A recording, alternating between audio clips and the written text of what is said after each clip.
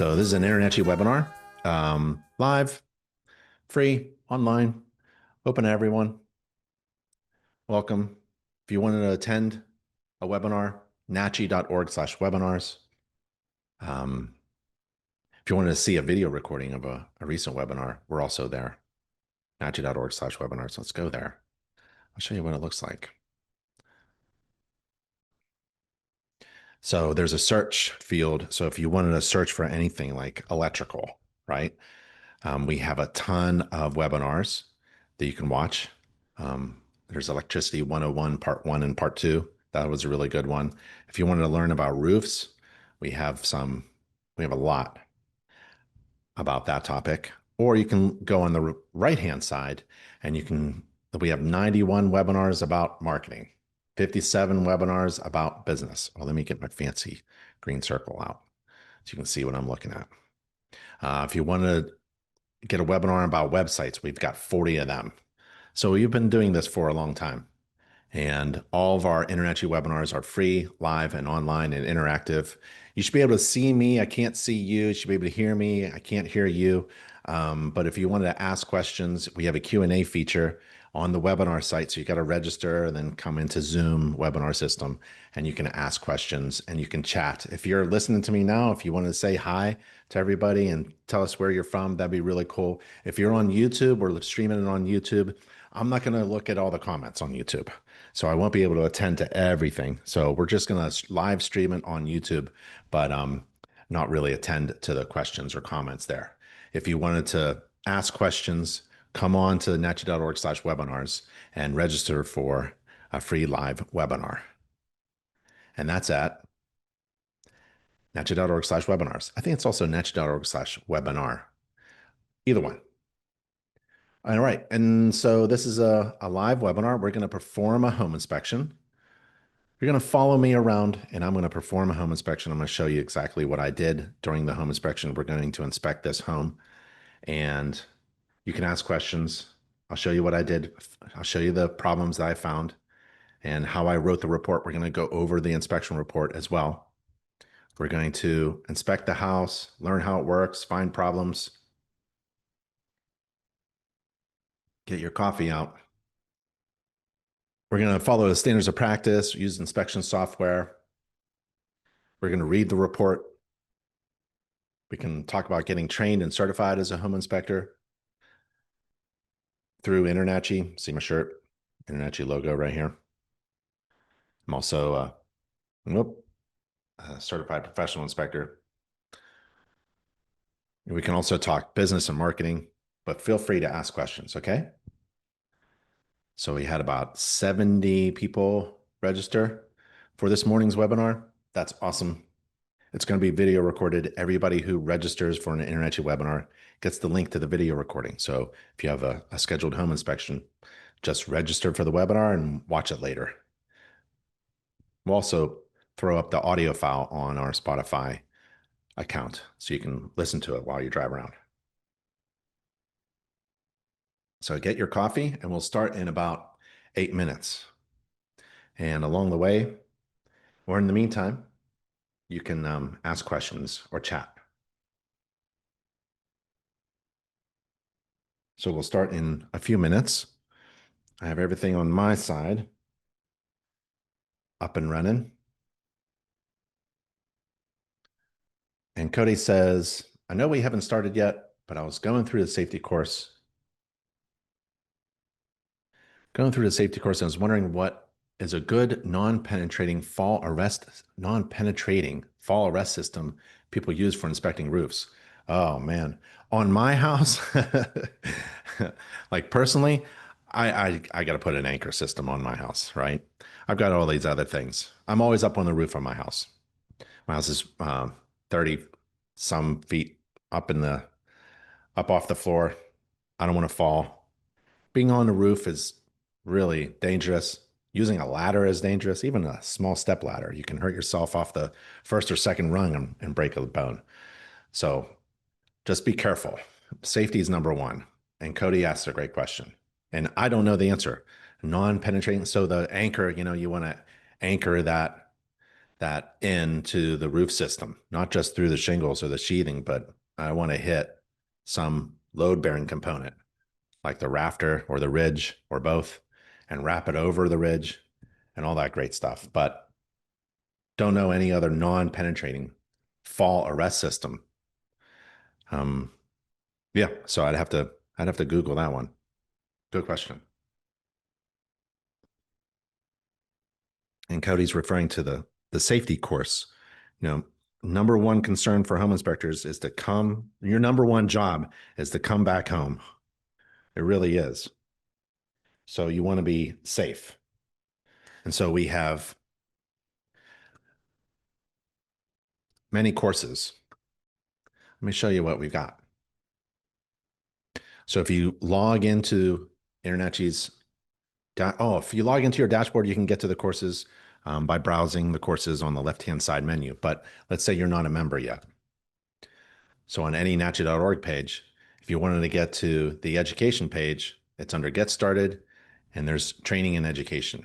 And this is our main education page. And all the courses, online courses that are provided by InterNACHI are through our accredited college, accredited by the U.S. Department of Education. InterNACHI.edu provides all of our free online training, certification, examination, and continuing education courses. And if you wanted to take the safety course, you type in safety here, and you've got the exterior safety, you got the ladder safety, we have the COVID-19 safety, all kinds of safe safety courses for the inspector. And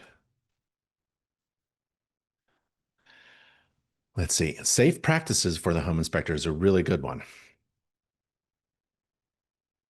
And we're talking about a way to go up on the roof that isn't dangerous. So we've got a video with Kenton Shepard, and he talks about using a ladder. But it should go at least 3 feet above the roof. I know it's kind of like obvious and kind of silly, like, oh, we're going to watch some guy use a ladder, but it's actually really good. If you've never used one before, or if you're not familiar with ladders, we have the training course for you. And so when you're up on the roof, you don't want to fall off. And so we have those as well. About the, let's see, where can I find? We have got a video about falling through floors even, right? Not just on the roof, but inside a home that's being built, especially under new construction, there are openings in floors, and you don't want to fall through that floor. So when a house is being built and you're doing a pre-drywall inspection or a renovation project, watch the openings, not just the edges off the top roof surface, but there's all kinds of things you could fall through. And so safety is number one at InterNACHI. And we have a really good curriculum about safety. We even have a course about how to use a ladder. It's, you can do a search for ladder on our course system, and there's a ladder safety training course. So if you're going to use any kind of ladder, step ladder, extension ladder, and those fancy little giant ladders, right? That orient in all kinds of ways, take the ladder safety training course. Okay. Hope that helps out, Cody. Casey says, I'm not an inspector, but I'm taking the national test on the 17th. Could start marketing now. Yeah. So you want to, if you want to, hit the ground running in the beginning, if you're running your own business, if that's your goal, then you've got to do everything all at once. Right? You're the technician, you're the manager, you're the executive, and you've got to do everything. You're the marketing strategist, and you also do all the marketing. The good thing is there are a lot of things that you could leverage so you don't have to do it all yourself. So Casey, if I was you, I'd log into your dashboard, and top right corner is your dashboard. And then on the left-hand side, go to the marketing tab or the business development tab. And that's two fantastic resources. So you go there and there's all these things you can leverage So you don't have to do all the work yourself. You put in a certain amount of effort, but this multiplies the force and makes a bigger result. So um, start marketing now. And I would start by thinking of an answer to the question, why should I hire you? Um, it isn't just like, oh, because I follow standards of practice, or I take pictures, or use software, or I'm certified, or I'm licensed. It has to be more than that. It has to be unique and valuable. And then you propose that unique value proposition. Propose that in your marketing. You send that out in your marketing, and you try to attract people, convince them that they can trust you, and you bring them in. So that's all that is in our marketing class. And you can find that by logging into your dashboard and go to business development on the left-hand side, and then home inspection business and marketing course. It's a college level course offered by the only home inspector college on the United in the US on the planet Earth, really, InterNACHI.edu. It's a really great course, and I would jump to a certain chapter in this course. You don't have to take the entire course. You can just jump right in and look for information that you need. So we're talking about marketing and branding. I would go to the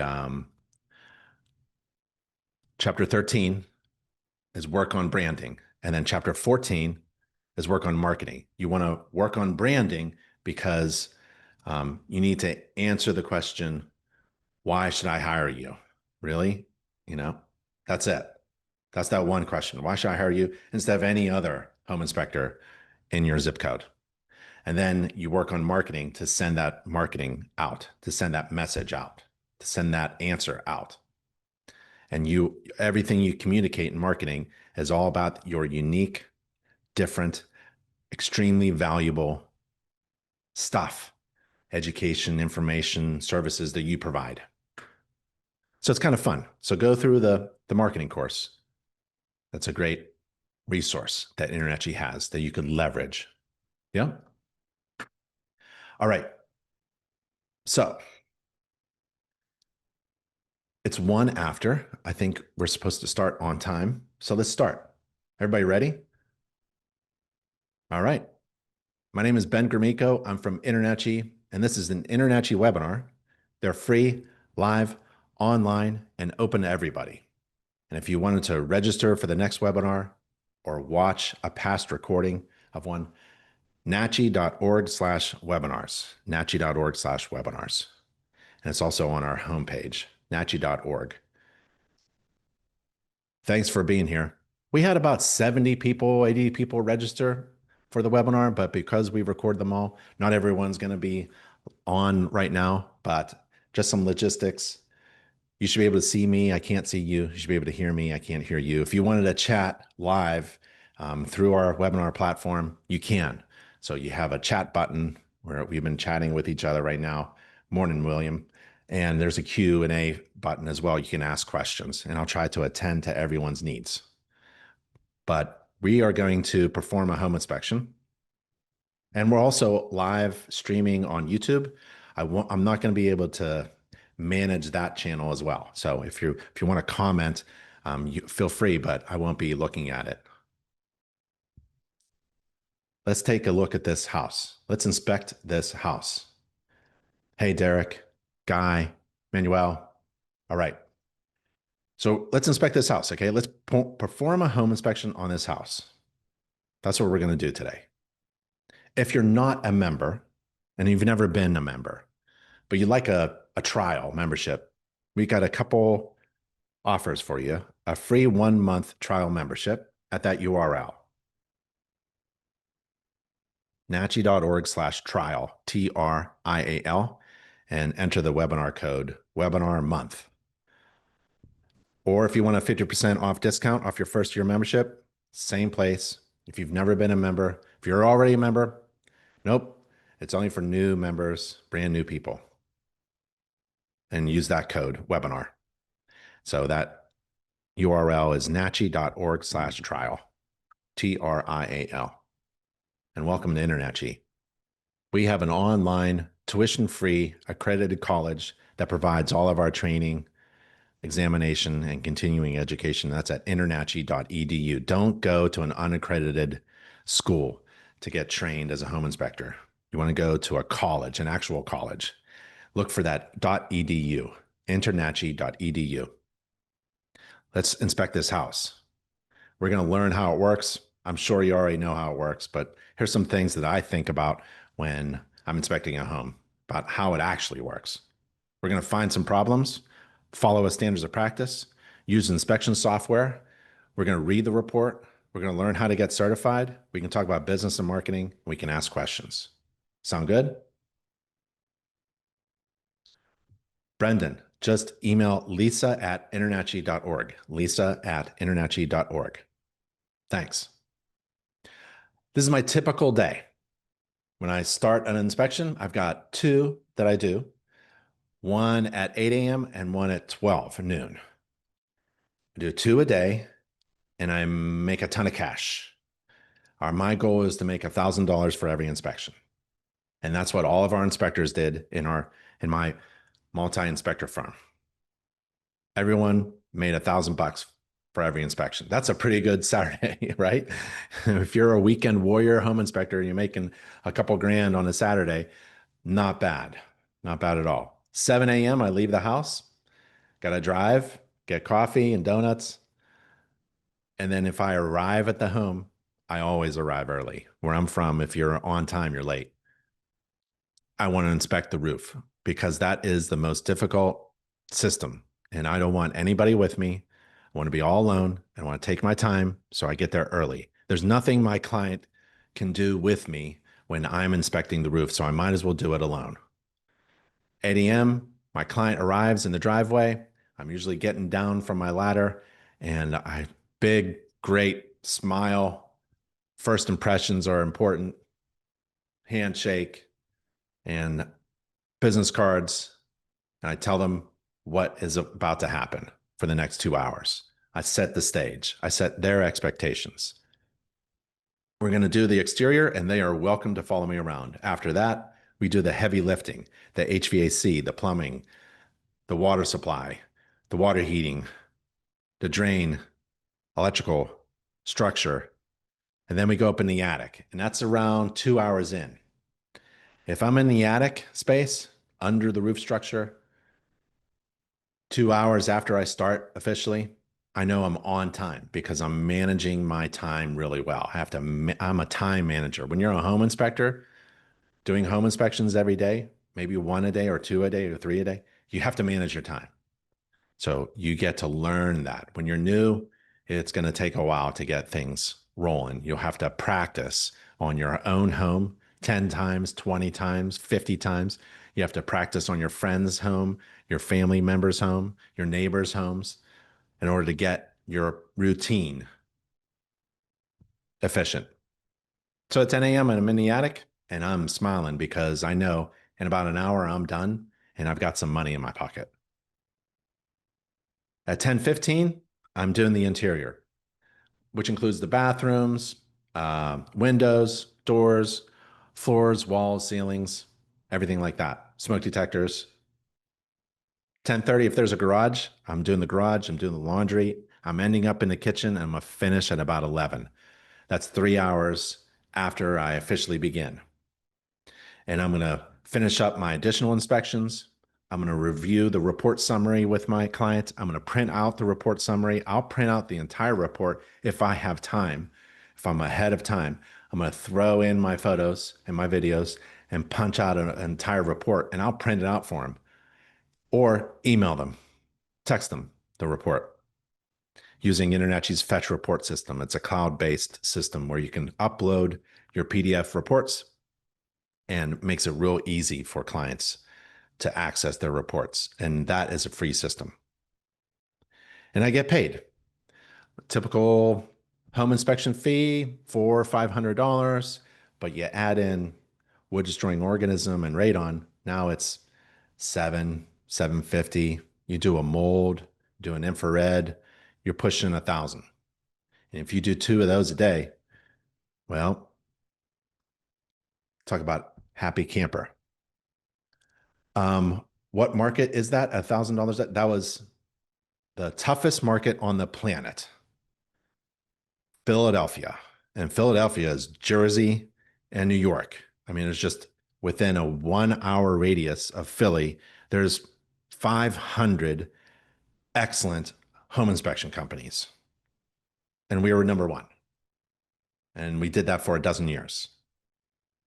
So, how do you do it? Man, we put all those secrets, all the how did you do that in the marketing course that I just referred to a few minutes ago. But it's basically being that go to one stop shop that solves people's problems, not only my clients' problems, but my agents, their representatives' problems. I mean, I literally asked real estate agents, what would be your ideal home inspection day? I listen to what they say and then I provide it better than everybody else. In business, if you overwhelm someone, if you overwhelm your customer or client, we have clients with incredible value, they'll compare it to the cost, but they'll pay you every single time. So that's the goal. When you're performing a home inspection, we're trying to provide valuable information so that people can make huge decisions on the most costly thing that they'll ever purchase in their entire life. And they have trusted you to give them that information, overwhelm them with unique, valuable information. And when they compare it to the cost, it'll be a good decision every single time. The better you do that, the more money you can make. A home inspection is based on the standards of practice. The standards of practice is the foundation upon which you build a successful home inspection process. Heck, a business as well, because it tells you what you are required to inspect and what you're not required to inspect. And when you understand the not required to inspect, becomes so much easier and becomes really fun. Doing a home inspection isn't, there's a lot of pressure, but man, when you are clear on what you do and you can set your clients' expectations on what you do, it becomes a lot of fun helping people out. The first system that I inspect, I get there early, right? And I do the roof. You don't have to do that. You can do the kitchen first. You can do the bathrooms first. You can do the nasty crawl space first. Whatever floats your boat. It's up to you. But do it systematically for every home and property that you inspect so that everything is in a process. You are doing the same thing. You even can move through the home, the property, in a clockwise direction. I went counterclockwise. I did everything counterclockwise. I did the exterior counterclockwise. I have no idea. I just started that way. I think because I'm right-handed, so I go right. So counterclockwise. And I would do it twice. First time is really just looking at the big stuff. And the second time is with my client doing details and taking pictures and writing a report. So same thing with the roof, back and forth. And there's a pattern. There's a pattern for every room that you step in. So when I step into a room like this, right, I would come through the door, counterclock. I go to my right and go around and then go around again. When you do that, when you have a pattern based upon a standard, then defects just pop up. Can't help but notice them.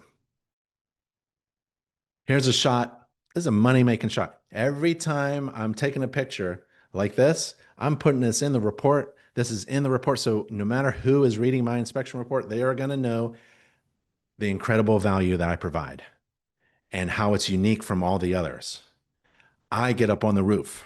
I carry tall ladders. As you can see, this is my 40-foot aluminum ladder. This is my, I don't know which one that is. That could be the 28-foot. I think I'm using the 32-foot ladder, the fiberglass ladder. And I'm up on the roof and it's raining. This is value that I want to convey to my client in everything that I do, right? This distinguishes me from all the rest. I've got big competition in Southeastern PA. Blow them away. Figure out how, oh, I like this too. This is a little tip. Get a big cone, get a 3 foot cone and put it behind your vehicle. If you're like me, I got to pull these ladders off in the back. I hate it when people park real tight up on my bumper. I don't understand why anybody would park close to a truck. Or a work truck? Why? You know, I just roll over. I just run right over little cars in my truck. The asphalt shingle roof appears to be in good shape. I don't see anything cracked or damaged. Nothing missing. No repairs. It's a young roof. The shingles are lying flat. The granular surface is good. Has plenty of life left on it. There's flashing around the sewer vent pipes. There's a few more sewer vent pipes. The gutters, front and back, appear to be clean. There's a ridge vent on top of the roof, providing ventilation for the attic space. That's good. Satellite dish in the front left corner.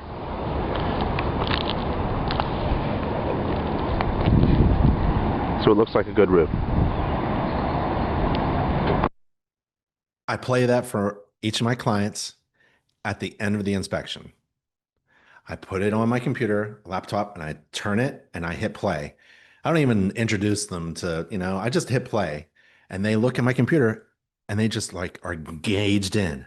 And they're like, the first thing they do is they go, you know what they ask, right? What do they ask? What's the first thing they ask while they're looking at this video? With their mouth open. Come on. You know what it is. Someone type it in. What does somebody ask? What does my client say? They go, is that my roof? I'm like, yeah, that's your roof. That's your roof. They'll never see their roof like I see it. And you are insane if you don't give them that perspective. You're just insane. If you're a home inspector and you don't give that information to your client, I blow the pants off of my clients. They just can't. What? That's my roof? Yeah. You're walking on my roof? Yeah. Here's what it looks like. Everything's good. Okay. And they're like, oh, okay. The rest of it, I was with you for the rest of it. So, okay. What do we owe? Where's the credit card? They just immediately go for their credit card, right? Blow their pants off. I mean, if you're texting, the roof is in good condition. No one reads. What are you doing? You got to do video, man. And now AI is going to help you do video, right? InterNACHI has software. We're going to incorporate AI to help you do video-based home inspection reports, right? That's where we're heading. So just a little tip on the future. Video. If you're not doing video, you're making a terrible mistake. So I did some videos and it actually is, valuable information. Isn't it interesting? Yeah. But it also, if you think a picture is worth 1,000 words like this, what do you think video is? Right? So here are my video pictures. I get up on the roof. Guy, when you arrive early and begin your roof inspection, do you get on the roof this time before the real estate agent clients show up? Do you need permission to get back? Yeah, all the logistics of me getting there early and stepping on a piece of property that's not mine has already been taken care of. You have to get documentation signed, and InterNACHI has an agreement system, an online agreement system that is free, obviously through InterNACHI. Don't pay for an agreement system and other people helping you with your agreements. Careful with who you share information, confidential information with. And the agreement system is in between you and your client. It could also be between the seller as well. And you prep the seller that you're coming. When your client says, when the seller says, I agree to a home inspection, they essentially agree to this service as well. So it's all worked out for you. Leveraging InterNACHI's legal resources and your real estate agents. But make sure the agreement is signed prior to stepping on the property. Even if you're doing a radon placement, you're placing the radon test 2 to 7 days prior to the home inspection, you want permission to do that. Okay. So I'm taking pictures. I'll probably take 50 pictures of the roof. I'll throw maybe a dozen into the inspection report. I'll show you the inspection report. I'll do a bunch of videos as well. But basically, that's a money shot right there. That is me in contact with the system that I am required to inspect according to the standards of practice that we referred to earlier, right? What am I required to inspect? I'm required to inspect what I'm touching, the roof covering. It says the roof covering. It doesn't say the roof system. Roof system is fastening, underlayment, uh, trim, drip, things that I don't, the sheathing, the decking, I can't see any of that stuff. So I'm going to take a picture. This is what I saw. This roof, here's the honest thing, right? This is what I talked about when you don't have to, you have to know what you're required to inspect and not required to. I'm not required to predict future events. This roof it's raining right now. It could leak after I perform an inspection. It could leak the next day, but I'm not responsible for that. I'm not responsible for predicting future events. I'm responsible for inspecting the things that the standards of practice requires me to inspect and reporting upon the condition. And if I see a defect, a material defect that I consider a big problem, I got to put it in a report. Here's another beautiful picture. That's me touching the thing. So what I do is I take far away pictures and really close up pictures of my hand touching things. And by the way, I don't have time to draw little arrows and circles and silly stuff like that. That's me. I'm stepping on the roof, decking structure, right? That's me touching what I'm supposed to be inspecting. And while I'm inspecting the roof, I'm thinking of this. Love this illustration. The blue is also, water, obviously. But I'm thinking about how this system is helping this house manage water. Every home needs to manage water. Every homeowner should be trained on how to manage water and prevent moisture intrusion. We don't want water coming in, bulk water or water vapor coming into our homes uncontrolled, right? So how does how does it drip off the edge here?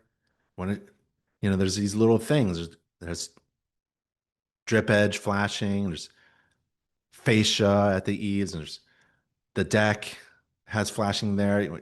Here's the deck ledger. Every light fixture has something that every door, every window, every windsill, every bottom of the door, bottom of the foundation, and then there's drainage and sloped. We want to get this water away. I don't care if you're in dry Arizona. I lived in Boulder, Colorado for 15 years. When it rained, it was an event, right? It never rained, right? But when it did, so getting trained and certified, we have a fantastic InterNACHI.edu has a fantastic moisture intrusion course for home inspectors.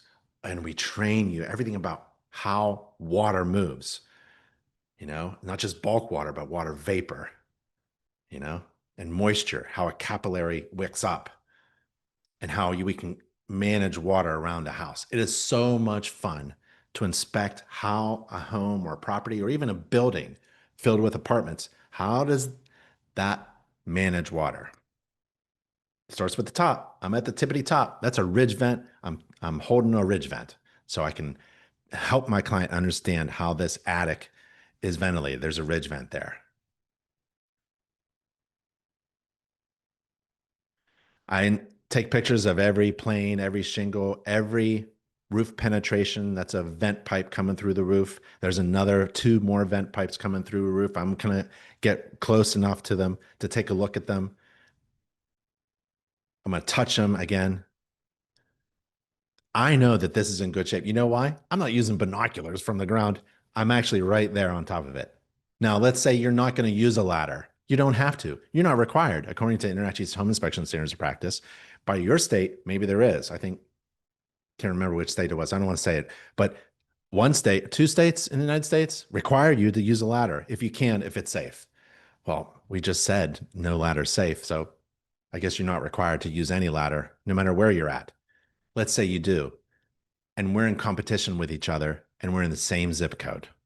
Oh, how are you going to beat me in the market? How are you going to beat that? How are you going to beat that? Would you hire this inspector or the one who uses binoculars from the grass. And that's okay if you do. I'm just saying, how are you now going to market yourself? How are you going to compete with friendly competitors who do things like this? This became our brand. We got up on any roof. I mean, if you are driving a van with a 40-foot aluminum ladder, I am communicating, I'm getting up there. What are you communicating? Right? So there's my ladder. I know it's not properly installed. That's how I did it. There's secondary roofs, lower roofs. That's the front porch roof. Front porch roof. You know, I can see it from the ground, but what I really do is I get up on the ladder. I put my ladder up there anyways, and I take a look around. Oh, it's a good thing I did. You can't see this from the ground. You can't see this from the ground. Let me show you again. Let me show you again. Tell me that this gutter is filled with water. Go ahead, tell me. Tell me that this gutter is clogged. You can't. You have no idea. But it actually is. I don't know what you guys are doing. If you're not using a drone, this would be really helpful, right? This is useful, valuable information. Seller doesn't even know. Picture's worth 1,000 words. This is a cool shot, man. That is filled with water, right? And it's coming off of that right there. I don't understand. There's no tennis ball in there. I don't know what's going on in here. There's something in. There aren't even adult trees hanging over. I have no idea. I really don't care. My job isn't to diagnose it. My job is to report that. The rear gutter at the secondary or lower roof is filled with water, clogged downspout. Boom. The downspouts go underground. I can't inspect underground drainage systems. I don't know where they're going, but I know this one is effed up because look, there's a ton. Do you see the shimmering of the water puddles? There's something going on here. So I got a clogged gutter downspout in the back, and I've got this one in the rear corner that has a ton of water just puddling up. And it does this all the time because look at this. Oh man, it's even green here. There's just water just wicking up.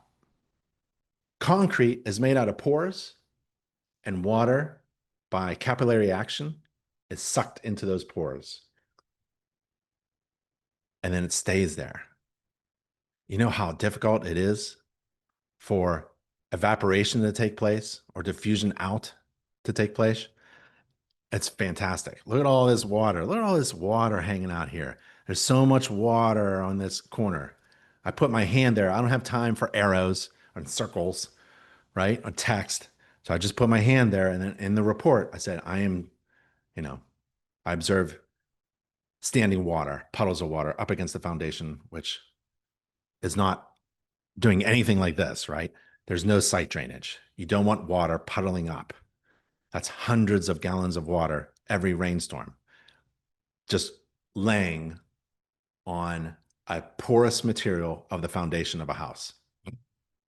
Man, it's so much fun being a home inspector to explain all this stuff. You know that condition on the outside? You know this condition on the outside right there? Or how about this one with all the standing water? You know this has an effect on the occupant's health on the inside of the house? Do you know how this is connected to the indoor air quality on the inside of the house? It is. Everything is connected. In a home or building, and we spend 80, 90% of our time, our lives are spent in our homes and in our buildings, looking at screens, looking at them, right? Breathing the air that is affected by what's going on outside. And your clients have no idea. Most homeowners have no idea why they're not feeling well this week, right? It ain't COVID. It's this stuff. So if you want to get into healthy homes, oh, now you're doing a home inspection and you're also a healthy, InterNACHI can certify and train and certify you to be a healthy homes inspector. Now you double that up. Now you're really providing incredible amount of information, valuable information that has a direct impact on people's lives and health. Our homes affect our health. And home inspectors, not building code inspectors, not builders, not contractors, no one cares. Not your doctor. Your doctor doesn't put this. There's only one professional on planet Earth that can put all these systems together on how a home affects our health. And that's a home inspector. Man, so much fun being a home inspector. And doing the exterior, it's all about the standards of practice. So let's do the exterior. There's the grounds, right? There's the grounds on this side. There's some vegetation. We want that to be, we just monitor that. We don't want a lot of stuff up against our homes. We want it to be looking like this, although this is kind of low here, right? See this area? Like, I don't know if you can tell, but like there was some fill when this house was built 5 years ago. Kind of sagged down here. It was up here maybe, but sagged down, right? You can even see like it goes down, right? So water puddles up here. We don't want water puddling up. We want things to be sloped away. It's 6 inches in the first 10 feet. So 6 inches down for the first 10 feet all around your house. There's a sump pump discharge pipe, right? You got to recognize these things. What is that? Is that water coming in? No, it's discharge coming out. And where's it go? Where is it? It dumps right here. It goes right here and dumps into the trench of the main electrical line. Ugh. Here's a concrete pad. It needs to be sloped to get water away from it, like a 2% slope or a very slow, like light slope, just to get water and there has to be clearance here between this patio and the bottom of the siding. And you have to take a look at the wood rot where this step, make sure there aren't any trip hazards. This area here is critical. You got to get the flashing and the ceiling right. And the slope of the step itself needs to be sloped just slightly away, right? And we're looking at where this ground is and what's happening at this corner here. And is there clearance here? And is there flashing here? If this was wood siding, I'd be looking for wood rot, all these places where water just wants to enter. In the corners, behind the downspout, is this overlapped properly? I'm looking at everything around here. All the windows, all the doors, all the flashing.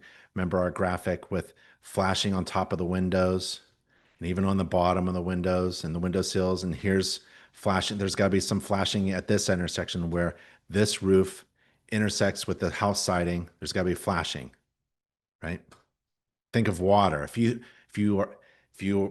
take InterNACHI's courses to become a home inspector, we train you to be water detectives, essentially. You think about water, constantly thinking about water. Water leaks, right, from inside the home, or water entry points, like where there's an inside corner. How is rainwater managed in this inside corner? This gutter, it's collecting water, right? But this is a fascia board. Are there any drips here? Eaves, allowing air to ventilate the attic space. But right here, sometimes there's loose siding. We don't want any water problems there. There has to be clearance between the grade and the bottom of the siding. The siding looks in great shape. Looking for any kind of missing pieces or whoops. Looks like there's a little bit of a dent here, and it's because of the grill. Like the grill hood just touched the vinyl siding right there. So the grill touched the vinyl siding, and it's hard to fix that. And there's the driveway, the walkways, the sidewalk. Driveway looks in great shape. It's sloped away from the garage door and away that way, 2 directions. The sidewalk, no trip hazards. The front porch, no trip hazards. The front door, I tend to look at the bottom left, top right, bottom right. I guess it's clockwise. I go counterclockwise around house and clockwise around windows and doors. I just realized. So there's the front porch, the railing. If it's more than 30 inches of a drop, you need a railing there. No more than 4 inches of space in between. That's code. Shh. Code? Yeah, we talk about code a lot. I mean, we don't say we're code inspectors, but we're trained to recognize when something is violating modern code requirement, right? So some chipping there. I think that was just a finish job. That wasn't all that great. Just looking at all the details. Like, look at how many dissimilar materials there are. There's asphalt, concrete foundation, vinyl siding, concrete patio, aluminum capping. There's wood underneath. There's concrete here. There's rubber gasket. It's fantastic. All these things where they all come together should be inspected. Like, this was painted, right? It may have been rusty, so they painted it. I think they painted it just recently for me, so that's nice. But I'm going to get my screwdriver and poke around and see if there's any rust or corrosion. If I was the homeowner, I'd seal that up between dissimilar metals. Not required, according to the standards of practice, to inspect fences, but I'm going to anyways. As a courtesy, I'll take a look at a few things. If there's something wrong with the gate or the fence damage or the backyard, I'll put that in report. All exterior receptacles require GFCI protection. The GFCI device doesn't have to be right here. It's probably on the inside. In this house, I think it's in the garage or the bathroom. If it was missing, that would be a defect that I would put in my report. And I don't care when the house was built. Right now, we all know if you plug something in on the outside, you don't want to get electrocuted. So it should have GFCI protection. And it's a kind of like an affordable fix that could save your life. So I put it in the report. I'm looking at where the corners of the windows and doors meet siding. It's important. And all exterior hose bibs, water spigots, hose faucets should be frost-proof in this area. If it's a cold climate, it freezes and it will freeze right there and burst. So that needs to be fixed. The electric receptacles are protected by a ground fault. That's good.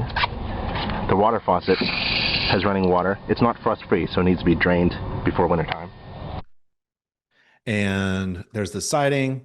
I don't like that nail right in the, call it capping siding, or, you know, if it was flashing, it'd be counter flashing. It's this overlapping flash. You've now put a hole, essentially a water penetration path, a path for water intrusion through this fantastic vinyl capping around your door here. So make sure that's sealed up. I mean, this is a very minor detail, but I'm looking at it. I might as well mention it, right? So anywhere the bottom of the corner of the door, and this wood absorbs water, it wicks water. It's pressure treated, right? But, you know, it still is wood. So I want to make sure it's in good shape. It moves differently from the other materials. It expands and contracts and all that stuff. Different prep, different maintenance. That's an exhaust pipe, probably from the hot water tank. That's the heating system. Water meter, dryer hood.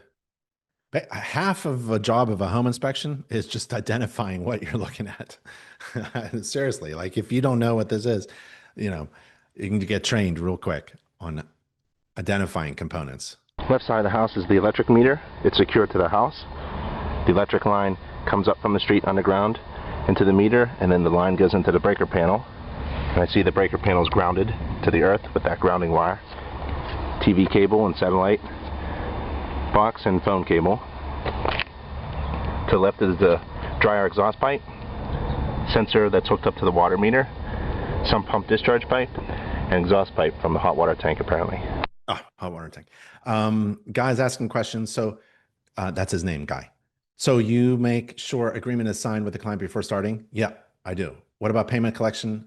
Our policy was to collect payment after my client says that they are 100% satisfied. Before the inspection or completing the inspection, and thoughts on when to collect payment at the end. So that would cause water damage. Is there no proper damage? So what would cause water damage if there's no proper drainage on the roof? Well, if there's no proper drainage on the roof, there's a problem, right? So every roof needs to be designed to drain. Even flat roofs have a slope. So everything is sloped. And we don't call it pitch, we call it slope. Do you take a lot of pictures of each system? I do. Do you use them all in a report? No. Do you inspect this property during a rain event? I inspect it during rain, snow, everything. You get exactly what is happening with the water. Right. Yes. Thanks, Guy. Heating and cooling. There's the air conditioner on the outside. Relatively new house. That's a stable on a base. take a picture of the manufacturing label. There's the electrical, the disconnect, and I have a little video 3-ton here. air conditioner unit, 8 years old, so it's in the middle of its life. Refrigerant line looks good. Electric disconnect is installed. It's on a nice stable base. Right now, I'm thinking there's nothing wrong with this house. Can't find anything except for the clogged gutter. And that's just minor. Um, there's a propane, pressure regulator, shutoff valve, line going in. There's the tank, cover, control, amount, and another video. Let's skip that video. There's the gas-fired forced air furnace with ductwork in the basement. And there's the panel that comes off. And so you can see all the components, right? There's a gas line coming in, sediment trap, union, it goes to the pilot, um, induced draft fan on the exhaust. The burners are here, shut off switch. The blower fan is down here. The air filter is probably here. Here's return air ductwork, and above the heating system is the air conditioner and supply ductwork. And this is a condensate from the A coil of the air conditioner system. And there's the unit there. We got the condensate line, and there's the air filter. This is all the stuff that I show my client while I'm inspecting. Make sure it's in the correct direction. There's the arrow. So that's in clean, good shape. It snaps back in. There's the burners, bad picture, kind of blurry. Another blurry picture of the draft inducer fan and sensors and safety switches and pilot and gas. And there's the shutoff switch to get to the air filter. And there's the gas shutoff, electric shutoff switch, gas shutoff valve, exhaust pipe. It's plastic, high efficiency, and it goes outside, and we saw it outside. There's the air conditioner line. We saw the condenser on the outside. There's the refrigerant line, liquid line, and suction line. And there's the A coil there. It produces condensate. It drains in here. I don't like that it doesn't have a trap, and I don't like that it goes into the floor. Ideally, you want it into a sump pump, a condensate pump, and it pumps it outside, maybe into a sump pump or directly outside, something like that with an air gap. And there's one supply for the finished portion of the basement downstairs and one thermostat, and it's located upstairs. Next part of the standards of practice is the plumbing. And the way I think of inspecting plumbing is I think of out and in. So I'm going to inspect the drain waste vent. This is out. This is a clean out pipe. This is the street. This is sewer line. Everything's going out. I'm looking for leaks. The house has been lived in, so I'm just looking for any kind of leak at all, and looking at how the pipes are supported and strapped. Can't see everything. It's very difficult to see everything. It's an inspection restriction. There's water coming in, so that's out. Now it's in, water coming in, and there's a softening system. There's a water softener. I don't inspect those. There's plenty of information about how to inspect those. There's a bypass valve, and there's a main water shutoff valve if you had to turn off the water. This is what I'm telling my clients, and this is what, if you read my inspection reports and watch my videos, it's exactly the same information. And if you read my home maintenance manual, InterNACHI has a home maintenance book I give to every client so that they can maintain their home after I leave. It says the same information as well. It's just redundant amount of information. Just keep piling people on, just pile information on to my clients so that they feel overwhelmed, so that I can make what I deserved to charge, right? I mean, the amount of information we provide is overwhelming and valuable. And so we were able to raise our fees. I think that's something to keep in mind. Because you don't want to compete on if you can't figure out why you're uniquely valuable, then when someone is trying to choose out of 10, 20, 100 home inspectors in your area, which one to hire, and you haven't answered the question why you should be hired because your unique value proposition that will ring true in your clients' ears, those who you want to serve. If you haven't figured all that out, then everybody kind of looks the same. And when everything else is the same, the only distinguishing characteristic between you and any other service provider is price. And people will tend to choose the lowest price. Lowest price will win if everything else is the same. And that's no good for anybody because basically you get what you pay for. So if you want to be the cheap inspector, I wouldn't. In fact, there were cheap inspectors in our service area. And when someone was like kind of hesitant about the prices that we charged, I would tell them, I know some really cheap inspectors. Man, you can you can ask them for a major discount on top of their cheap price because that's and you get what you pay for. So if you want somebody cheap, you're talking to the wrong person. Would you like that cheap inspector? And they were like, all right, I get it, I get it. Yep. Because they're out there. That's just not the game we played. We played the game of value. We competed on value. And we went over some of those things. One of the valuable things that we offered was to get up on every roof that we inspect.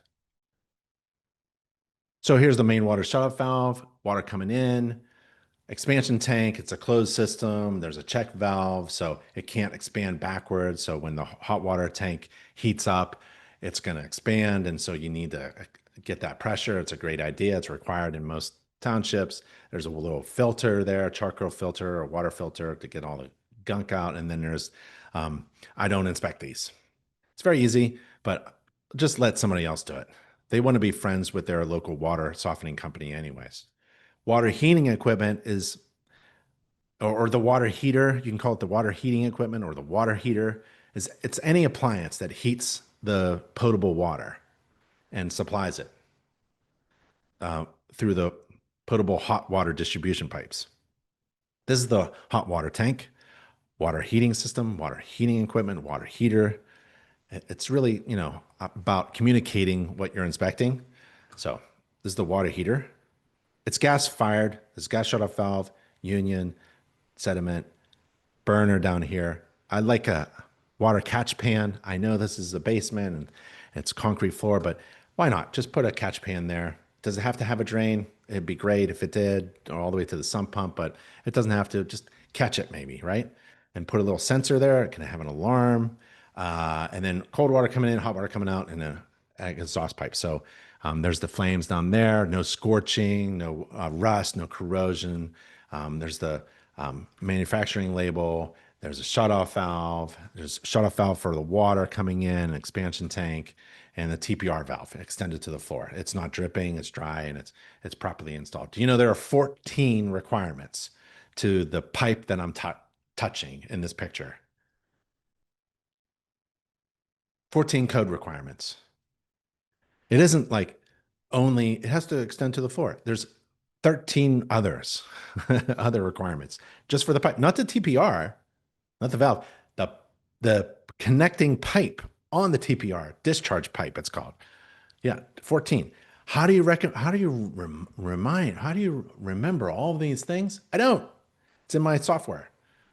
Put little notes. There's a checklist that InterNACHI has for everything in a home. We have a checklist for hot water tanks. We have a checklist for the TPR valve, discharge pipe, the 14 things. You upload that checklist into your software, and then you carry that software on your phone. You should be using software that works on a mobile device so that you can reduce errors and remember everything you're supposed to remember. Like, what are the 14 things that I'm supposed to be looking at on the pipe that I'm touching in this picture? And you become more efficient too. When you carry the standards of practice, when you carry software that has basically InterNACHI's checklists on it, you become really good, a really great inspector. You don't miss anything, you reduce mistakes, and you become highly efficient.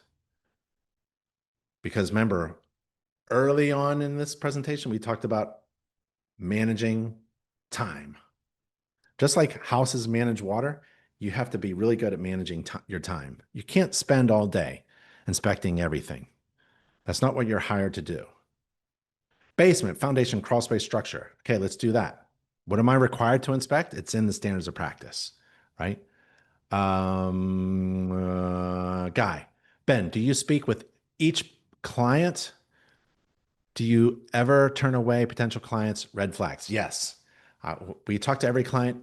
We invite every client to walk with us and talk with us and ask questions because I don't want to write reports or answer questions at night.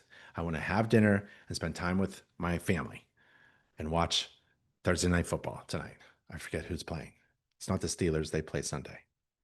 Um, the best thing I remembered about handling clients was that say no. When they ask you, can you give me $100 off? And say, no, I can't. We price this just right. The service is incredibly valuable to you. It's $1,000 home inspection. Right? If you think you can't charge $1,000, by the way, you're wrong. There are many companies that charge $1,000, and just go to Greenworks. Greenwork. I use them always as an example. Go to Greenworks in Texas. Just Google Greenworks home inspections in Texas. They have green, greener, and greenest. $1,000, 1,500, and I don't know, something like that. Yeah. And also saying no to clients who are just a pain in the butt on the phone. My office manager is like, it's just not working out. We're not seeing eye to eye. They're asking for strange things. They're unavailable. All they want to do is email or something. Sometimes we just have to say that I think it's best, you find another home inspection company that fits your needs. That was our phrase. And just say no to clients. Sometimes clients, unless you need the money or something and you have to grit your teeth through the whole experience, our clients were so much fun to work with and they really enjoyed and valued us, right? And we were just inspecting our neighbors' homes. That's how we thought. Every inspector was inspecting their neighbors' homes. Essentially, it's true. Like if they're in the same county, it's essentially your neighbor, right? And we're helping each other out and we're going to inspect your home for you. That's how personal the relationship was. And some neighbors you just can't get along with. So you got to say no, right? Where are those checklists in particular on the website? Okay, I apologize for that, Greg, and I'm going to tell you exactly where it is. Greg, honestly, InterNACHI has so many pages of information. It could be overwhelming, and I apologize for that. But if you ever need something, right, and you can't find it, just reach out to anybody on staff. And sometimes like difficult things to find bubble up to me, or you can just email me directly, ben@internachi.org, because just as our homepage says, right, we're here to help you succeed.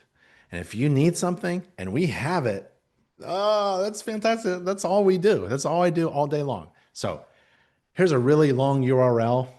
I'm going to put it in the chat. And if you're not live and online and you're on YouTube or something, you can't see it, you can just email me, ben@internachi.org. Here's home inspection checklists. Home inspection checklists. They're fantastic. All right. Where were we? Oh, yeah. Basement foundation, crawl space structure. Okay. So, Eddie says, are you live? Some days I feel dead, Eddie. Just kidding. What do you mean? Am I live? Of course I am. This is not AI. This is really me. Here's the basement. Part of it was finished, part not. And so I take pictures like this in order to document that there are inspection restrictions. I can't see anything. I can't see everything. Everything. I can't see everything. Can't do everything. Can't see everything. Ben, what if there's a big hole right there and it's filled with mold and it's leaking water and it's on fire? Okay, right there. If I can't see it, I can't report upon it. I'm required by the standards of practice and my inspection agreement to report upon defects that I both see and consider really big. Material defects are called major defects. If I don't see it, it's not in the report. The judge is going to say, well, why wasn't it in the report? Your Honor, I didn't see it. Look at this. Look, I didn't see it. I'm required, Your Honor. I'm required, according to the thing that we agreed to. And by the way, I've been in small claims court. It's very easy, judge, magistrate, to prove that you abided by the standards of practice. You performed the home inspection according to the standards of practice. Your client read the standards of practice and agreed to it. You used InterNACHI's online agreement system where all this is combined and they agree. That I even put in my agreement that they read the home maintenance book, which has a lot of information on it. Just overwhelm your clients with information, right? And that they can't say, well, no one told me. Yeah, we did. Yep. And this is not an exhaustive search for all the defects. There could be a defect. There could be several defects in this home. I am not required to find all the defects. Let me say that again. Ready? Let me put it in a question and answer. Is a home inspector required to find all the problems in a home? Is a home inspector required to find all the problems in a home? Nope. Casey's right. You get a handshake. Very good. Very good. Yeah. We're not required to inspect all. Can't possibly find all the problems in a home. You know how many problems there are in a home? And there's no way I can find them all. There's no way I can find. I can't even. None of them can be seen. Hardly any of them can be seen until you clean this place up or you tear open a wall, right? Yeah, your contractor comes in, tears open a wall, and goes, "Well, your home inspector should have seen that." No, she didn't have to see that, right? We're not required to find all the problems in the home. This is a very special kind of service that we provide within a limited amount of time. And the foundation upon which to build a home inspection process or business is those standards of practice. And man, use InterNACHI standards of practice. It's used by, I think InterNACHI home inspectors perform roughly 4 to 5 million home inspections every year using the standards of practice. I would use that. All right, this is the concrete foundation wall. I got some patching that comes after.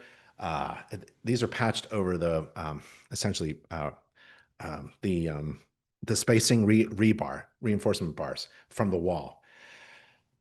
I'll get it later. I know what I want to say, but there's a phrase for it. There's a term for it. I'm touching the thing. And there's inspection restriction. This is patched up back here, but I can't see everything. This is a difficult corner, and I can't see everything. This is a difficult corner to see. I can't see everything. I've got a trick for this corner though. I know if this corner is dry or wet. Do you know how I do it? I can tell you if this corner of the basement where that downspout problem is, I can tell you if this corner is dry or wet.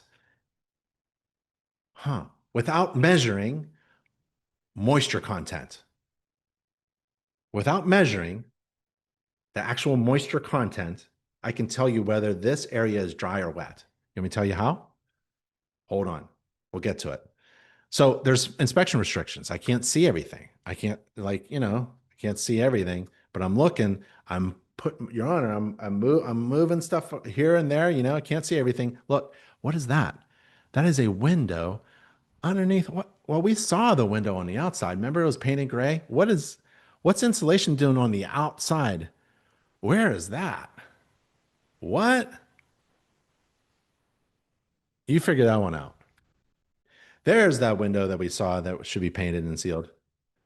Drop ceiling, right? You're not required to move the drop ceiling tiles. I'm going to move this drop ceiling tiles under certain like the front door and the slider door and certain areas where I think there might be water, and underneath the kitchen sink, first floor bathroom or something like that. I'll move those tiles and it'll look like this. I won't be able to see anything after I move them. These are engineered joists, I-joists. These are fantastic. I love these floor joist systems. This is awesome. Much better than sawn wood. But the drop ceiling is in my way, and so are the pipes and the insulation and the hangers, and everything's it's a big restriction. It's a huge restriction I'm just trying to do there. That's what I use to determine whether a corner of the floor in the basement is wet or not. What is it? So there's insulation at the band. I'll move the insulation with my 3-tine garden hoe. Let's see, there's a picture of it. There it is.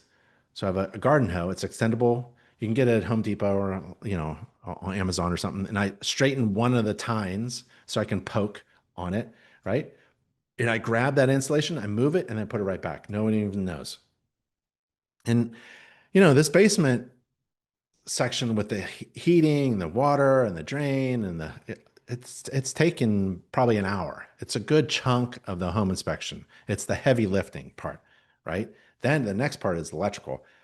I use that. So this is the moisture meter. It's an extendable moisture meter. It has pins on the bottom, and it gives me an audible signal on whether it's wet or not. And I'm not measuring the moisture content. I could care less. I don't quantify, I qualify. I don't quantify anything with measurement.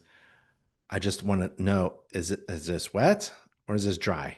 Is this wet or is that dry? Is that wet? Is there any moisture there that my probe uses? If it does, if it'll ring, it'll give me a beep, beep, beep, beep, and it'll give me a light, red light. And then I pull this carpet back and then I get my moisture meter out and I'll measure it. Or I'll use my infrared as well. So I like all these little devices that help me inspect for water. I'm still inspecting water. Look how far. I'm almost 2 hours in and I'm still inspecting. I'm still thinking about water. Everything's about water, man. More water. Here's a sump pump. There's a bucket and it collects water from, oh, it should be, the air conditioner condensate drain line, that condensate pipe from the HVAC system and the air conditioner coil. That could drain in here. That'd be really good, but it's not. The sump pump has a float. I manually test it. I mark that there was water. The picture's worth 1,000 words, but in the report, I'll give a general estimate as to how much water is in the bucket. If it's dry, that's important information. If there's a little bit of water during a rainstorm, that's important information. If it's filled with water, that's important information. So the levels of water in a sump pump bucket is valuable information for the person who owns that bucket. It should be protected by a GFCI. There's some more components that I'm looking at: manifold for gas, water lines, eye joists, steel, an interior wall built in the basement, not using wood. That's fantastic, so it doesn't rust.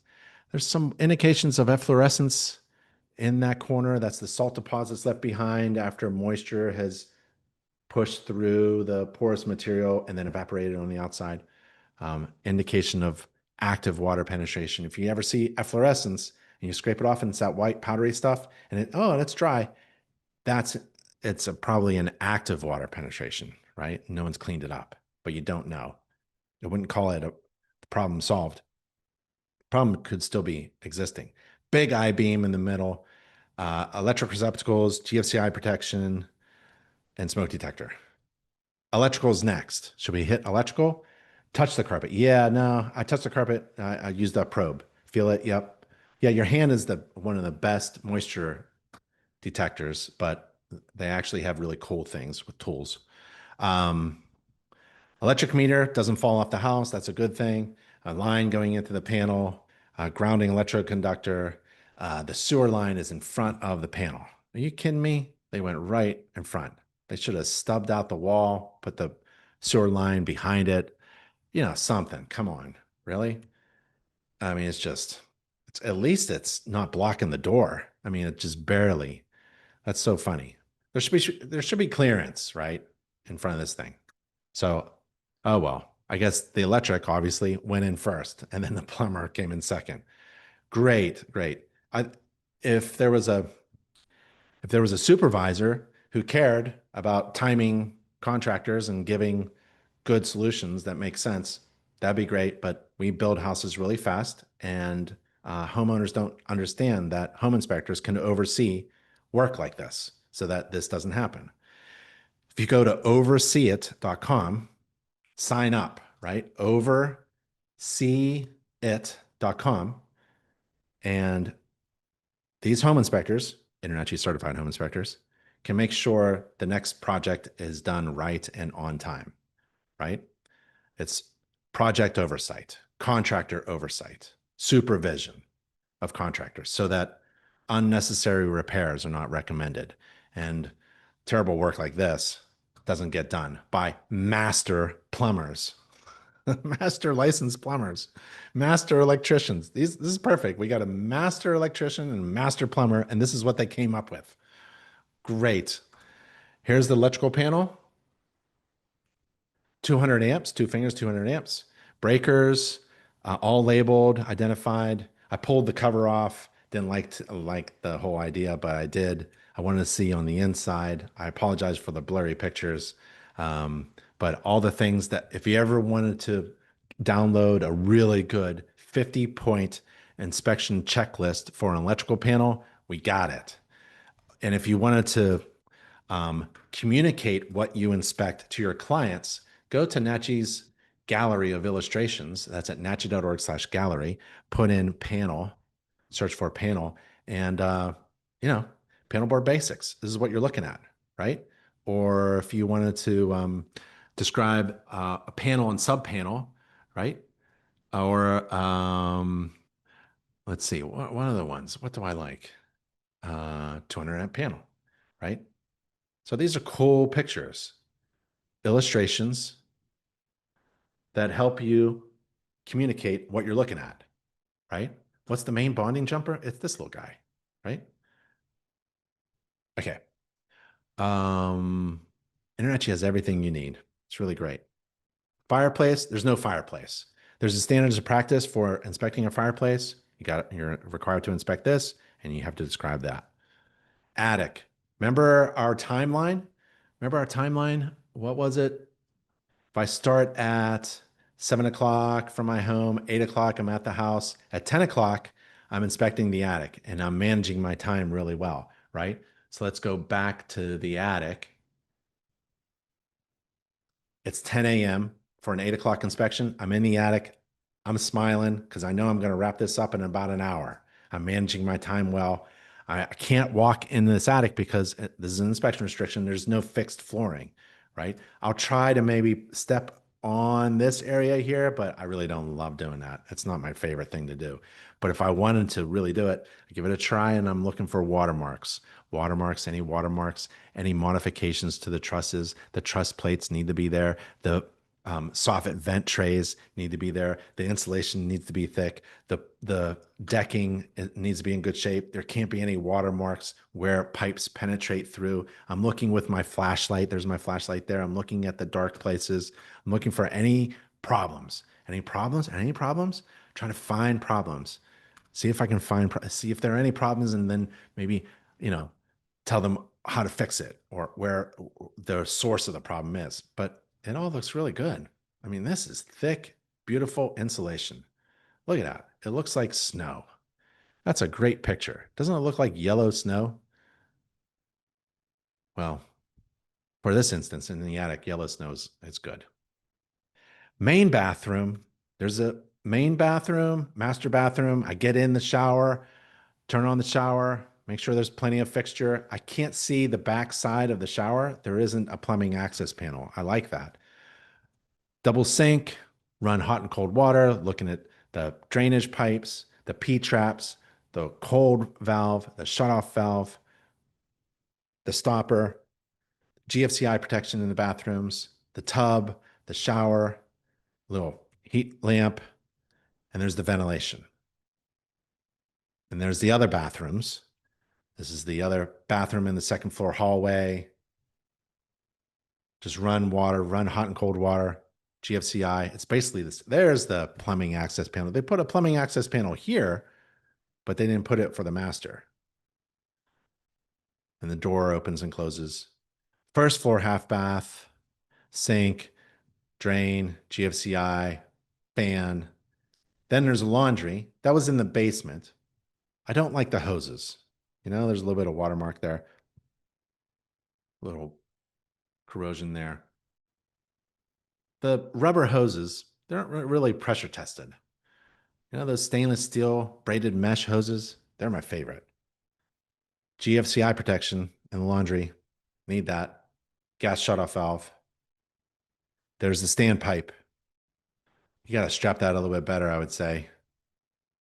And there's the water softener discharge as well. So there's a lot of water here, and it kicks. And this is a weak connection. I would just tighten this all up. I'd strap this, a little bit better. They're strapping it on the water line. It's not that great of a install, okay? There are better ways to do it, more secure ways. Man, if this pops out and you're not home, there's a lot of gallons of water just being dumped from the clothes washer. The dryer vent pipe, that's great, but there's a limit to how long they can be. I see lint on the top. I'm not sure. Maybe they saw it was disconnected and they put some tape on it. At least they're using metal tape and not duct tape. That's good. And we saw the hood outside. Do you remember the hood outside? And it's supported by this little wire here. And that's the clothes washer. Clothes washer could have a pan, just like the hot water tank could have a pan. Just something you can recommend. Interior. Now I'm blowing through the house. Not blowing through just being efficient, but basically it's representative number of windows and doors and receptacles and things like that. I don't have to do all components. I don't have to open and close every window, but I'm going to get to them, but I'm not required to. So I'm going to do a representative number. While I'm doing the doors, I see a little tear in the carpet. This is cosmetic. Home inspectors are not required to report upon cosmetic issues. I may do it for courtesy only if I see something or my client wants it in the report. Front door opens or closes. I couldn't get this front porch post light to turn on. When I'm at the front door, I'll turn on the exterior lights. That's a good time. Instead of being on the exterior and then stepping in the house with wet shoes or something. So I wait until I have my indoor only shoes on. I'm at the front door and I stick my head outside and I'm trying to turn on the lights. This guy didn't turn on. It could be a burned out bulb. I'm just going to note it in the report. I don't think it's going to be this major electrical problem. I think it's just going to be a burned out bulb. More interior, more interior, more interior. One of the best places for me to inspect the interior is the ceiling below the second floor bathrooms. That's so much fun. And you can do that with an infrared camera. So the interior of this house is in good shape. And I get to the garage. So the garage has the standards of practice. I've got 2 garage door openers. I open and close each garage door. There's a 10-step checklist for inspecting the garage door opener. So there's 10 steps to inspect the garage door opener according to a national standard. And if you take InterNACHI's garage inspection course, you get to those 10 steps. Okay. So I highly recommend getting trained on every system and component of a home on how to inspect them, how they work, how they maintained. There's a GFCI behind the refrigerator. Can't reset it without pulling out the refrigerator. It's actually a freezer. So that was an issue. So I had to so the GFCI is back there. I heard it trip, I heard it go snap. And I'm like, it's behind this large appliance, isn't it? So I made sure everybody knows that this refrigerator is now off and we want to turn it back on by resetting the GFCI, which is behind this refrigerator that I do not move. Okay. Just careful with that. And just, there's a lot of stuff I can't see, that should be sealed up a little bit better around the pipe. We don't want gases and fumes and fire to go through that opening. And I'm showing my client that I'm looking for bugs. I'm looking for frass, ant parts. Carpenter ants are really popular in this neighborhood, in this area. I'm looking for that. I'm also looking for termites, termite tubes, the mud tubes. On the outside, I look for carpenter bees and carpenter ants as well. But ant parts and frass, that's a lot of fun to look for. And just a lot of, there's a trip hazard here. You don't need a handrail, but this is loose. This carpet is loose. And also the actual wooden framed step is loose. They're often loose. They're not attached. Often, like you'll be carrying something and you'll step on this front nose, which is not built to code, and the step will flip on you. I've done that before. Exterior faucet inside the house needs to be frostproof. It's a good idea. Garages get cold. I'm in the kitchen and I'm smiling from ear to ear because I'm almost done. And I've done a really great inspection and I'm working really hard and I can't find any major big problems. We got that clog gutter in the back What else? Not much, right? Should I should I not charge them for my service because I can't find any problems? Guy says, Ben, given restrictions at the dead panel, the electrical front dead panel, would you remove this dead panel? Yeah, I did. What PPE use for attics? Um, a half mask. I don't like full face. I like a half mask, high efficient air filter. So, or respirator and gloves. And if I'm going in deep, I'll suit up like a crawl space, Tyvek suit. That's rare, rare, but usually I'm just going right in. And then before I access the attic, I'll put something down on the floor to protect the flooring. So that's PPE for the flooring. Um, there's the kitchen sink, drain, garbage disposal. I mean, we have a checklist for, I think it's the kitchen sink, garbage disposal. I think there's just a checklist just for the garbage disposal, I believe. So GFCI protection for the kitchen receptacles, counter receptacles, all of them. And we've got really cool graphics that help you explain that electrical protection device that's required in new homes, including AFCI, GFCI, and where they come together. If you wanted to convey that with a nice illustration, you could. You can download these illustrations from InterNACHI's gallery and put them in your report to boost the quality of your report. It's really good. Let's see.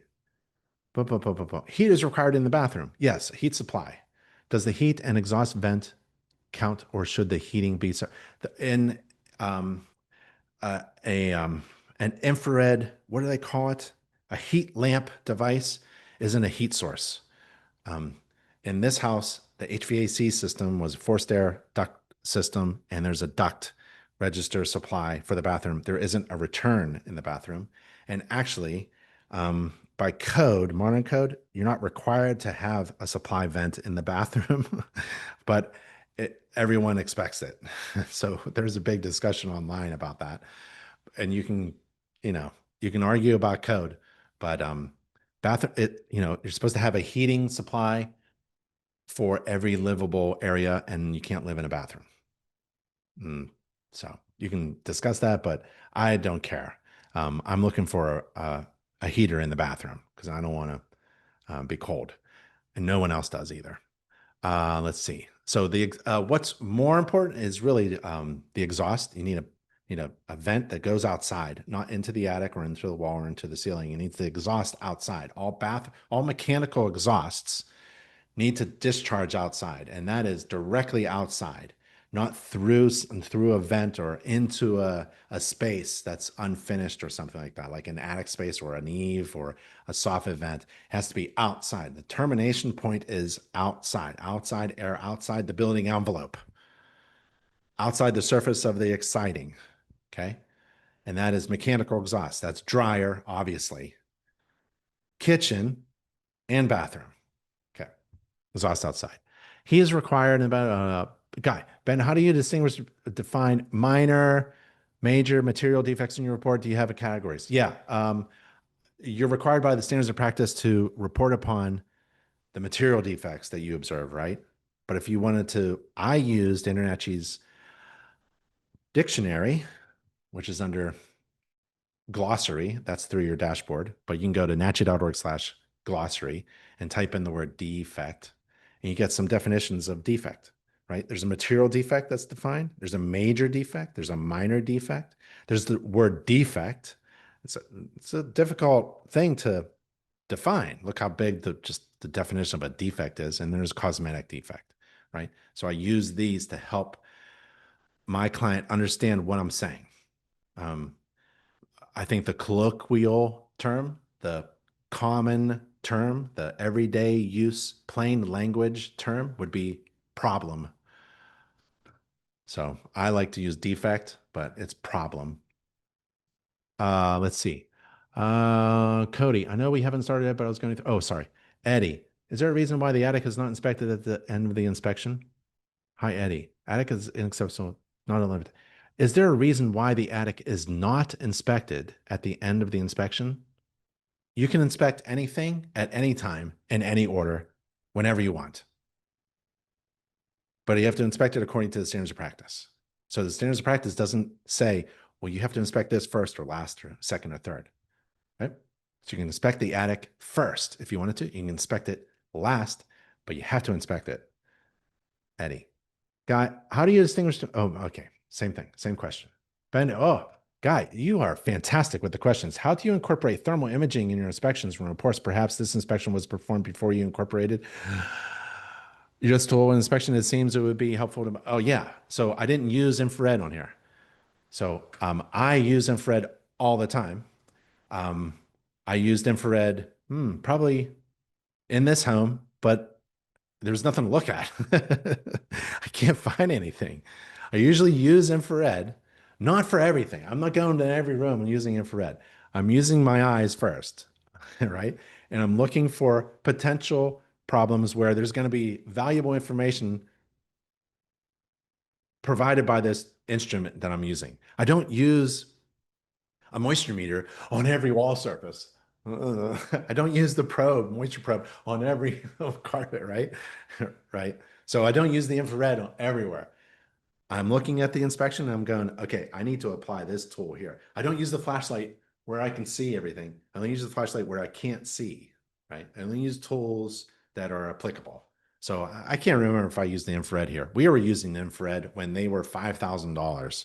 I bought a $5,000 infrared camera. So we were using infrared on every inspection, but I probably pulled it out maybe down in the basement corner, but maybe I didn't because I was using the moisture probe. So I wasn't using, and I knew that the attic was really well insulated. I don't have any reason to pull something out for more information. So if you're going to use infrared, don't use infrared alone. You need a moisture meter. Those two are brother and sister. You need an infrared camera and the partner that goes with an infrared camera. If you're going to buy one, you got to buy the other. No, you can buy a moisture meter without the infrared. But if you're going to buy an infrared, you need a moisture meter because infrared will tell you, oh, anomaly. Look at that. What the heck is that? You know, you can tell there's a temperature difference, but you don't know if it's wet or not unless you touch it. And then, did that feel wet? Can't tell. So you get your moisture meter, which can then probe into material. I mean, it can probe an inch or two or three into the stud wall, right? So where are we? Guy, good question about the word defect. Oh, and incorporating thermal imaging. Chris Shep asks, do you have any recommendations for thermal imaging and moisture meters for the first time home inspectors? Yeah, get the cheapest one. Get the absolute cheapest one. And then in your marketing, tell everybody that you inspect using infrared. You don't have to say, I use really expensive infrared. No one cares. Just say, I'm infrared certified. Oh, so to get started, where is it? Go to certification and then click the certification programs and scroll down to infrared and become infrared certified. Infrared certified. This is the logo you want. Don't get level 1, level 2, level 3, level 4, which costs more money when you go up. No, just become infrared certified, InterNACHI thermography inspector. That's all you need. How much does it cost? Tuition free. Is it a college course? Of course it is. Get infrared certified so you can use an infrared camera. Okay? And then get a moisture meter. That's what I would do. Get the cheapest one too. I like FLIR. And I like to shop at Inspector Outlet. So you go to infrared cameras and get, there we go, $214. Oh, no, is that the camera? Really? Maybe not. So 319 bucks, right? Maybe there's a payment plan. And then I would go to, here, FLIR, this one, this fits in your pocket, right? 500 bucks. But look at that. Like you can get a FLIR one for 375 bucks, right? Put it on a card and then increase your fee by $20. And in about 24 inspections, you'll have this all paid off. Allow your clients, don't ever take on overhead. If you're going to buy something for your business, like a home maintenance book right? If you're going to buy an infrared camera or if you're going to use InterNACHI's home maintenance book, which is only $3, you're going to give it to every client. Let them pay for their own book. Increase your fee $5 and give them the $3 book and a cup of coffee, right? At McDonald's. Just raise your fee $5 and allow your clients to pay for their own home maintenance book. Don't take over the overhead costs. Buy an infrared camera, raise your fee, and allow the next 24 clients to pay for you using that infrared camera. Let them pay for the valuable information that you can grab for them using that infrared technology. You don't have to go in the red in order to provide incredibly valuable information. Allow those clients who want that information to pay for your special tools that give them the information they need. Does that make any sense? I hope it does. Don't ever go into debt, right? I mean, just for a quick, short window, sure, initial investment, but have a plan to pay that off. Not on your own. Allow your clients to pay for that upgrade tool. I'm in the kitchen, dishwasher, stove, oven, and it doesn't exhaust outside. I have a gas stove and a gas oven, and the kitchen exhaust, mechanical exhaust, should be going outside, and it doesn't. It really should. And there's the window there. Maybe that's the exhaust. Inspection report. Here's the inspection report. Pictures. I throw this in before I leave the property. I'm doing this before I don't want to work in my truck between jobs. I don't want to go to the office and do photos. No. Here's that clogged gutter. I'm done. Here's the monitoring this, right? Improving that grading. There's the mark from the grill. Couldn't turn this post light on. There's a fridge plugged into a GFCI. I'm looking for anything red. Anything red in my report is bad. Don't turn it into green. Don't get in trouble. Blue is nice. Blue headers, black text on white. Anything red is what I want you to do before you buy the house. Before you close, read the red stuff and do it. So you recommend getting the heating system cleaned and inspected because there's no recent service tag, right? Red appears level, but you don't want it to go off level. So that's monitoring. The condensate line drains in a hole in the floor. That's no good. What else? See all the pictures that we took? A lot of the good ones are in there. A lot of the bad ones, I don't, the repetitive ones. Monitoring recommended. The tank is a little old, 8 years old. Careful. There's a relief valve, right? Watch that. There's a water leak catch pan is recommended, and water softening system. I'm not inspecting it, so you better get that checked out. And that's this is the whole report. Most reports are about 40, 50 pages long. There's the abbreviated standards of practice and InterNACHI graphics to boost the quality of your inspection report. Now you can communicate things, right? And our graphics are fantastic. Let me show you the graphics. So you can put all kinds of stuff in your report because the picture's worth 1,000 words and the graphics are really good too. So we go back to nachi.org/gallery and let's go electrical. And we saw this. I showed you this stuff, but here's that clearance, right? Here's the clearance. You're not supposed to have anything in front of the panel. Come on. It's not supposed to be a main drain sewer line going in front of the panel board. Where is that in that picture? Where is the plumber, master plumber? Don't ever back down from a master plumber or master electrician or a super contractor. They make mistakes and they'll just look right at you and say, well, you're a home inspector. What do you know? Our job is to help contractors do better work because there are no professionals who can oversee contractor work, right? Right. So get into that service.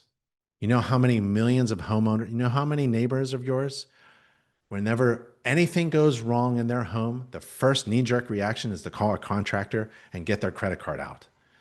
You need to step in that space and be the home consultants. They already trusted you to inspect their home. Now you tell them after the home inspection, if anything goes wrong, put it in the report. If anything goes wrong, right here, put a little letter. If anything goes wrong, you call me. I'll come over, or we can do a video chat. You tell me what's going on with your toilet leaking on the floor, right? It's probably a wax seal or a loose toilet or something. You can walk them through it. And then now they are empowered with the information they need provided by you to challenge unnecessary repair recommendations by contractors. I'm not saying all contractors like that. No, contractors are fantastic. They fix stuff. But their business model is to make a profit, right? Our business model as home inspectors is to educate. That's it. We don't need to sell more stuff. We just sell information that's valuable to homeowners so that their homes are safe, functioning, and healthy. It's a really great place to be if you're a home inspector. Here's my report summary, which I do quickly and almost immediately with a click of a button. And it just does a report summary. And feel free to see all this language that you can take it, you can use it, you can rewrite it yourself. Here's a letter for the seller that I leave on the kitchen counter telling them that I wore indoor only shoes and I tried to put everything back, and then give me a call if you need anything. A lot of my clients were sellers because they got beat up by me during the inspection and now they want to hire me. So every seller is a potential client. Okay. So give them good stuff. And then this is the report summary. It's a very short report. Oh, so the answer to the question is, remember I asked, what if you can't find any problems in a home? Do you give your money back? Serious. It's a good question. It's a really good question. If you can't find any problems in a home, small or big, should you give your money back? Should you not charge?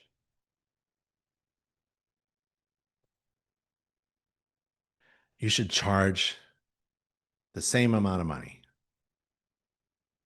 because that inspection that didn't result in a big summary of defects is incredibly valuable information. You're in the business of giving people information. And if you can't find problems, that's really good information. And they're going to take that information and make a decision that will have incredible impact on their lives for the next 30 years. It will be the biggest financial decision that they'll ever make. And they have trusted you, not the contractor, not the building code inspector, not the township inspector, not the bank inspector, not the builder, not the contractor, not the neighbor, not the real estate agent. You're going to help them make the most important decision of their lives. And if you do a home inspection and you can't find anything wrong, that's really good information. That's just as valuable as a home with a bunch of problems because you're in the business of educating people about their home. You're essentially telling the story of their home.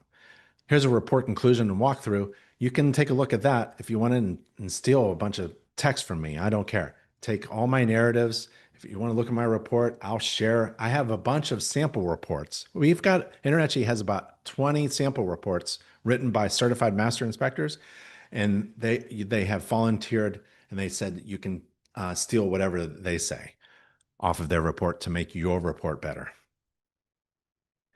Well, that was it. We did a home inspection. We did an inspection report. We went over everything. We did a lot of questions and answers. I'm going to take a short time here for follow-up questions, but if you need to email me, my name is Ben Gromicko. I'm at InterNACHI, ben@internachi.org. I'm also on social media, having some fun there. And you should be on social media too. You referenced GFCI tripping behind the stand-up freezer that you won't be able to meet. Should stackable laundry unit and washing machines be plugged into? Yeah. So we have GFCI. Oh, I did a really good video. There's so much information. So just go to the electrical course under GFCI and AFCI, two different devices, and they're valuable sections of that electrical course. Again, whenever you take an InterNACHI course, you don't have to take the whole thing. Just go in and find that information and then update your software with that information. There's usually a checklist for every course that we do, and you just put that checklist in there. Okay. Yeah. Like GFCI's, uh, you know, the GFCI rules have changed. NEC is flip-flopped. The code IRC is flip-flopped. So when you're inspecting a home, the question is, do you inspect it with regard to the code cycle or the age of the home, or you don't care? Personally, I don't care when the home is built. If there's GFCI protection required for the dishwasher and it's missing, I'm going to call it out. If there's GFCI protection required for the garage receptacle, that's maybe within reach or maybe not within reach, I'm going to call it out because every receptacle in the garage should be GFCI protected. If there's a AFCI missing, AFCI protection is missing in the home completely. It's not installed, and it's a 20-year-old home. They didn't even have AFCI back then. I'm going to put that in a report. I'm not going to wave red flags like crazy. I'm not going to call it a material defect. I am going to provide information that may be valuable to my client about AFCI protection for that instance. That's the business I'm in. I can't require anybody to fix anything, but I'm in the business of educating my clients about everything that I can.